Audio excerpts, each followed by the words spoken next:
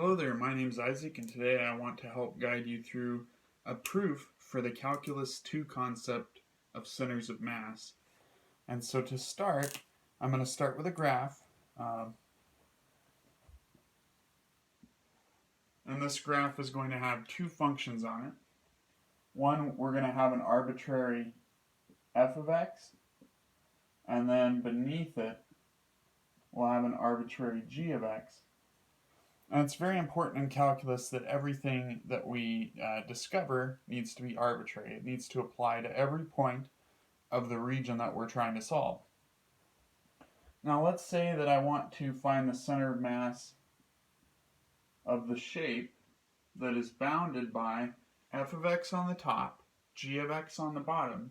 We'll say x2 equals, let's call that b. So we want, on the right side, we want to bound it with x equals b, and on the left side, let's go ahead and bound it with x equals 0. And so basically the region we're looking at is this shaded region. Now with calculus, a useful tool is to cut a slice of width dx. So let's go ahead and pick a slice. We want it to be arbitrary. Let's go ahead and zoom in on that arbitrary slice. Alright, so the arbitrary slice has a width of dx. So we'll go ahead and write that down here. The width is dx.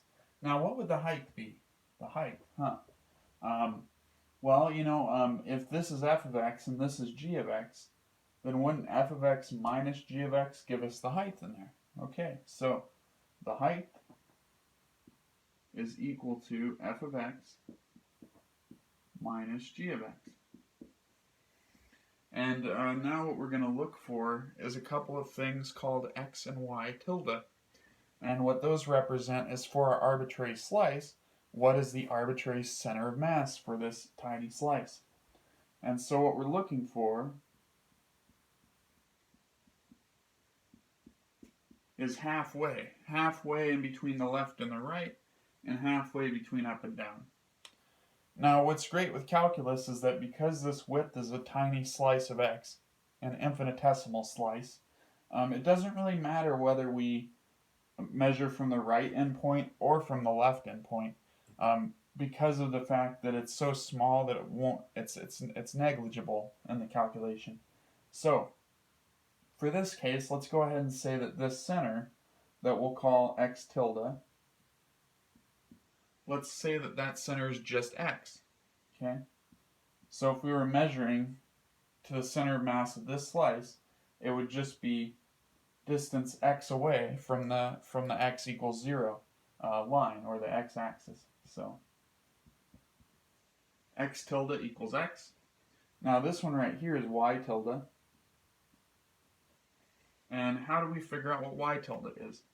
Well, you'll notice that if I have f of x, which goes from the top of this graph to the y equals 0 line, and I have g of x, which goes from the y equals 0 line to g of x, what if I took f of x and added g of x to it?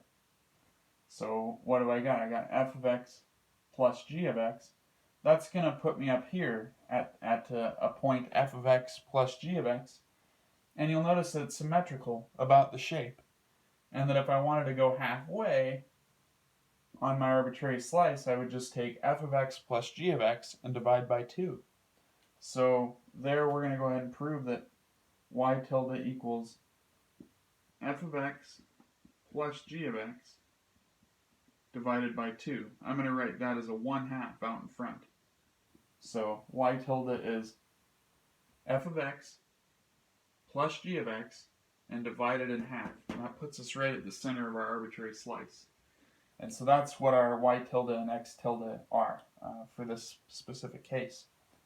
So next what we need to do is set up an integral, because we now need to take every arbitrary slice and sum them all together using integration to find our true center of mass.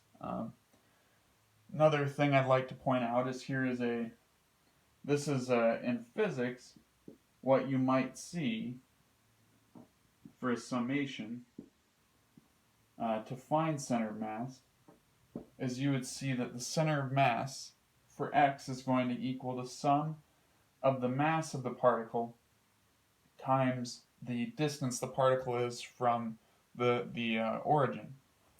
So what does that mean? Well, that means that if I have, let's say I have this bar with a few particles on it, and we'll say that the bar is of nominal mass, and we'll call this our x equals 0 line.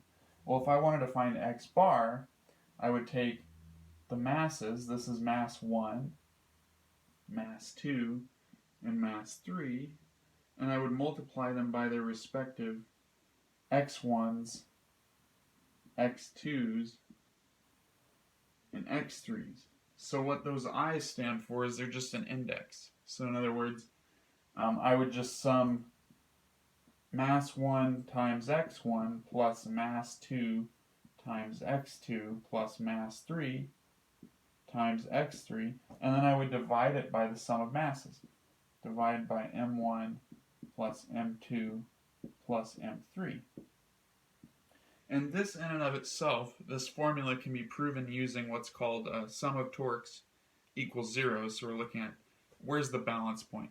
And I think I'll save that for another video. But for now, all we need is this summation, a finite sum, the sum of mi times xi divided by the sum of all mi's. So if we write this in integral form, we'll find that x bar equals, the finite sum now becomes an infinite sum of x dm, so a small chunk of mass times its distance, divided by the sum of dm. Now, this x right here happens to be x tilde,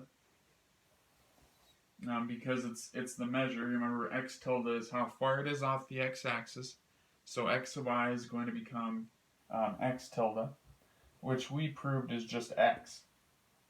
So for the center of mass of x, we need to figure out what dm is. So dm stands for a small chunk of mass, and dA is the area. Since we're in 2 dimensions, we're going to take the density times the area, because density times area gives us mass. And here we can prove that dA is the area of this thin slice. It's going to be dx times h, right? Width times height. And so h is fx minus gx times the width dx. So now we can substitute dA in here, and we'll find that dm equals the density times dA, which is fx minus gx dx. So this is now our small chunk of mass that represents the mass of this arbitrary thin slice. So next we're going to go ahead and plug this in, and we're going to show that if you want to find x bar, you're going to take x tilde times dm. We solved x tilde as x. dm is rho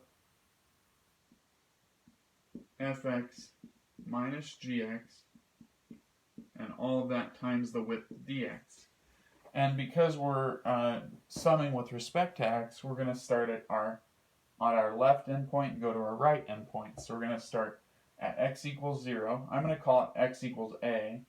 That way it's arbitrary. So we start at the left endpoint and go to the right endpoint.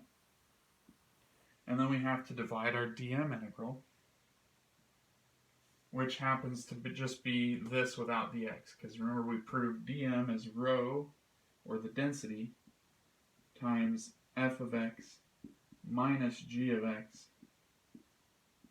all multiplied by the width dx. So that's our x bar. I'll give you a second to kind of look over this.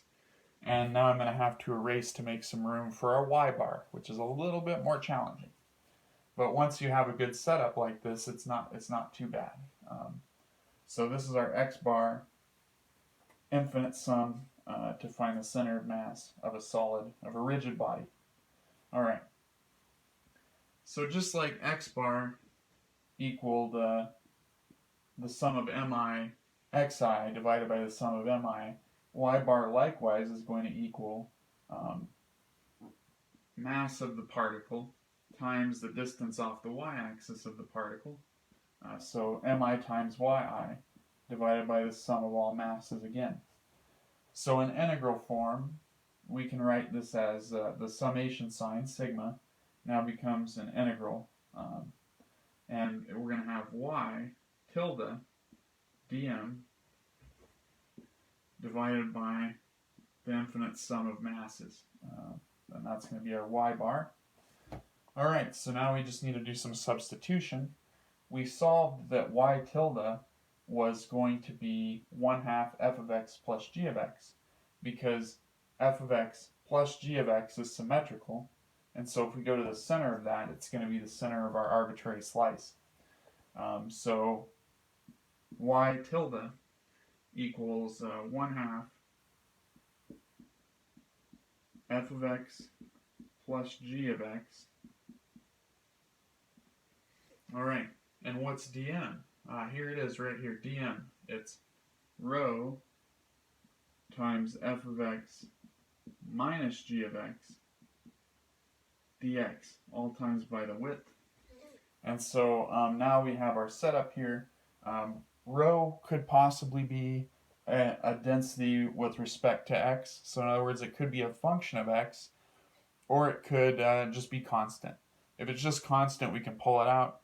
If it's actually a function, we have to leave it in, because if density changes with position, then we can't assume density is the same everywhere. So just to keep it generalized, I'm going to go ahead and leave density in, just in case it's a function. And so we're going to divide all that by the sum of the masses, the infinitesimal masses, which of course we already solved for. It's the density times the area, which ends up being rho f of x minus g of x, and all multiplied by the width dx. Alright, so this is basically what you need to solve for y bar. Now what we're going to do though is just go ahead and simplify a little bit. So I'm going to pull this rho, the density, I'm going to pull it over here, and let's put it on top of the 1/2. So now that's just rho halves out front, and then we're going to go ahead and FOIL this. Fx times fx is fx squared. Fx times minus gx is minus fx gx. Then gx times fx is plus fx gx. And you'll notice the minus fx gx and the plus fx gx cancels.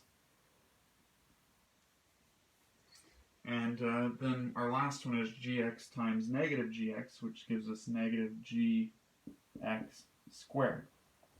Now we still have, out in front here, we have the rho halves, the density divided by 2, and we're still integrating from a to b, from the left endpoint to the right endpoint, and we still need to divide by dm, which is the sum from a to b of rho fx minus gx times the width dx.